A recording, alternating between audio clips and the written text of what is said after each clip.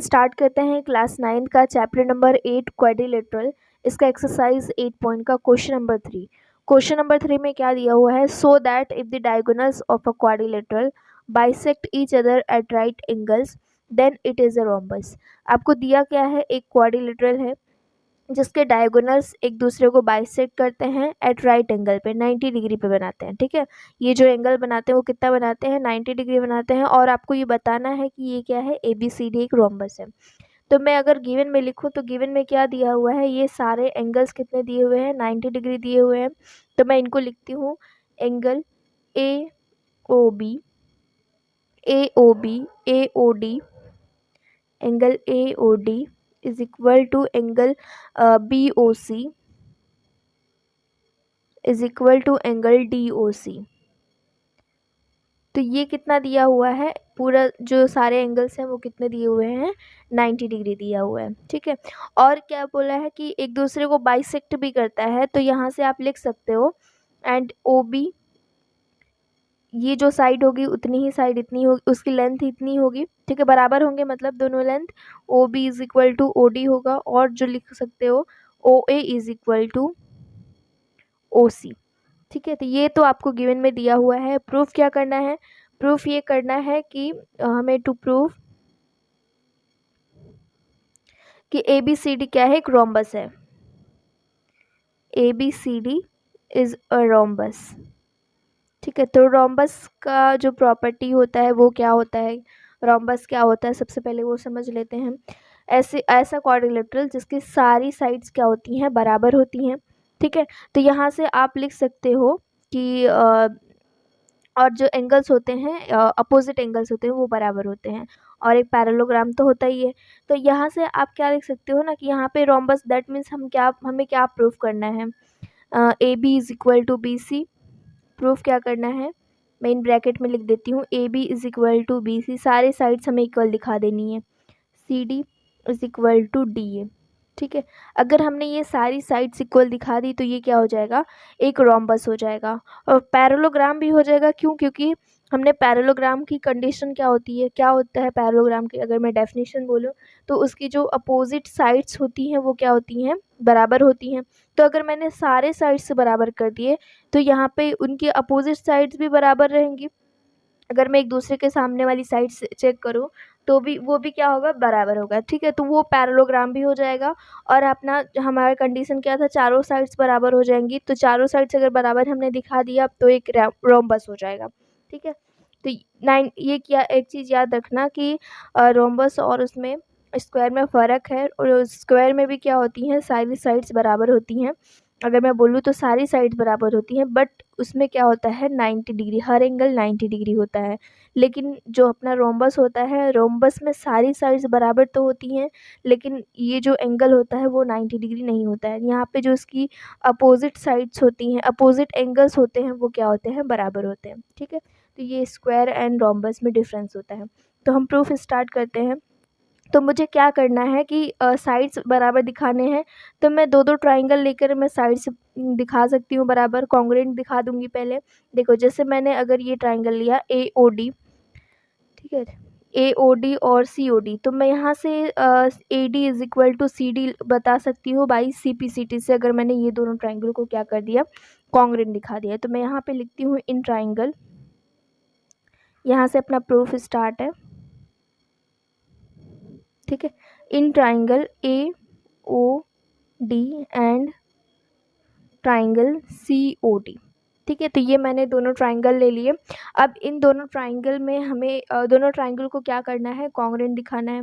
तो क्या क्या दिया हुआ है, देखो आपको दिया हुआ है, एक तो ये साइड इसके बराबर है, ये साइड दोनों में कॉमन है, और ये दोनों एंगल क्या है, 90 डिग्री है। तो यहाँ से आप लिख सकते हो OA is equal to OC, जो कि हमें क्या था, गिवन था। ठीक है, OA is equal to OC, जो कि हमें गिवन था। और हमारा जो दूसरा है एंगल दिया हुआ है। ठीक है, तो यहाँ से हम क्या करते हैं, एंगल लिखते हैं, angle AOD is equal to angle COD। तो ये क्या दिया है, 90 डिग्री, जो कि हमें ऑलरेडी मैंने यहाँ पे बताया हुआ है, लिखा हुआ है। ठीक है, फिर तीसरा जो है OD, दोनों में कॉमन है, OD is equal to OD। तो ये आप लिख सकते हो दोनों में कॉमन है। ठीक है, तो इससे क्या हो गया, ट्राइंगल कॉन्ग्रुएंट हो गया। तो ट्राइंगल को आप बोल सकते हो, तो यहाँ से आप लिख सकते हो triangle AOD is congruent to triangle COD। तो किस रूल से हुआ, साइड एंगल साइड से। तो यहाँ से आप लिख सकते हो साइड एंगल साइड से। अब हमें क्या चाहिए, साइड्स बराबर होनी चाहिए, क्योंकि हम साइड्स ही हमें दिखाना है बराबर। तो यहाँ से आप ये लिख सकते हो AD is equal to CD। तो यहाँ से भी आप देख सकते हो AD is equal to CD। ठीक है, तो AD is equal to CD कैसे आया, बाई CPCT से। ठीक है, तो एक तो ये पहला प्रूफ हो गया। अब सिमिलरली आप यहाँ इन दोनों को भी दिखा सकते हो। तो मैं दिखाती हूँ, आपको उतना करना तो नहीं है, लेकिन मैं यहाँ पे करके बताती हूँ कैसे करते हैं। ठीक है, तो सिमिलरली मैं दूसरा ट्राइंगल लेती हूँ। देखो, अब ये दोनों ट्राइंगल लूँगी मैं, ये दोनों ट्राइंगल लूँगी। इन दोनों ट्राइंगल कौन कौन सा, AOB और COB। ठीक है, तो ये दोनों ट्राइंगल को कॉन्ग्रुएंट दिखाऊंगी। तो साइड कौन सी बराबर आएगी, AB और BC। ठीक है, अभी भी सारी साइड्स हमें बराबर नहीं मिलेगी, एक हमें और हमें बाद में इसके बाद क्या करना पड़ेगा, दो ट्राइंगल को कॉन्ग्रुएंट दिखाना पड़ेगा, जो कि इन दोनों में मतलब सेम, जैसे ये हमने ये दोनों को दिखाया, ये दोनों को दिखाया। तो अभी हमें ऐसा करना है कि ये दोनों में कॉमन हो, तो ये दोनों हमें दिखाना है। तो ये वाली साइड बराबर आएगी। मैं समझाती हूँ, मैं पहले एक एक करके बताती हूँ। ट्राइंगल पहले क्या करना है, कौन सी ट्राइंगल लेनी है, इन ट्राइंगल AOB।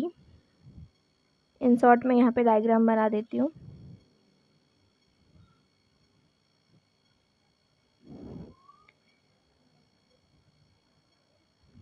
ये था A, ये B, ये C, ये D, ये O।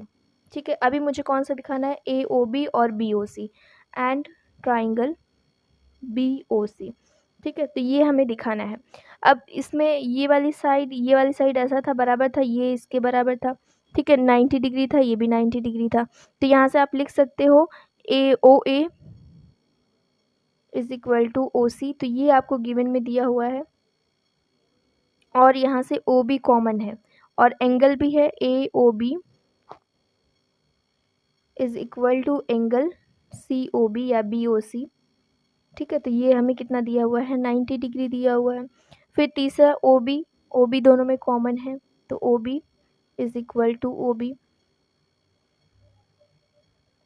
ठीक है, OB is equal to OB। तो ये दोनों क्या है, कॉमन। तो यहाँ से आप बोल सकते हो triangle AOB is congruent to triangle BOC। तो यहाँ से कौन सी साइड्स निकल के आई बराबर, तो अगर आप ध्यान से देखोगे तो यहाँ पे साइड्स निकल के आई हैं AB, ये AB is equal to BC। ठीक है, AB is equal to BC। तो ये साइड्स क्या हो गई है, बराबर। तो किससे आए ये, बाई CPCT से। ठीक है, सिमिलरली आप है ना ये दोनों ट्राइंगल लेकर निकालोगे, ये दोनों ट्राइंगल लेकर, तो इन दोनों ट्राइंगल से क्या निकल के आएगा, AB is equal to AD निकल के आएगा। तो मैं यहाँ पे सिर्फ सिमिलरली करके लिख दे रही हूँ,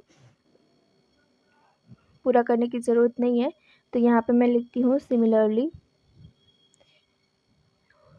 इन ट्राइंगल भी आप लिख सकते हो, या फिर डायरेक्टली लिख सकते हो AB is equal to AD। ठीक है, तो अगर ये तीनों इक्वेशन अगर उठाओगे तो तीनों से क्या हो जाएगा, आप लिख सकते हो, सबको बराबर कर सकते हो। ठीक है, तो मैं यहाँ से इसी से उठाती हूँ। देखो, AB इज इक्वल टू क्या है, AD इज इक्वल टू क्या है, AD is equal to CD। और एक चीज़, AB के बराबर और कौन था, BC था। तो यहाँ पे आप BC लिख दो। ठीक है, तो ये सारे क्या हो जाएंगे, उसमें बराबर हो जाएंगे। हमें यही क्या करना था, प्रूफ करना था, और हमने इसमें प्रूफ कर दिया। ठीक है।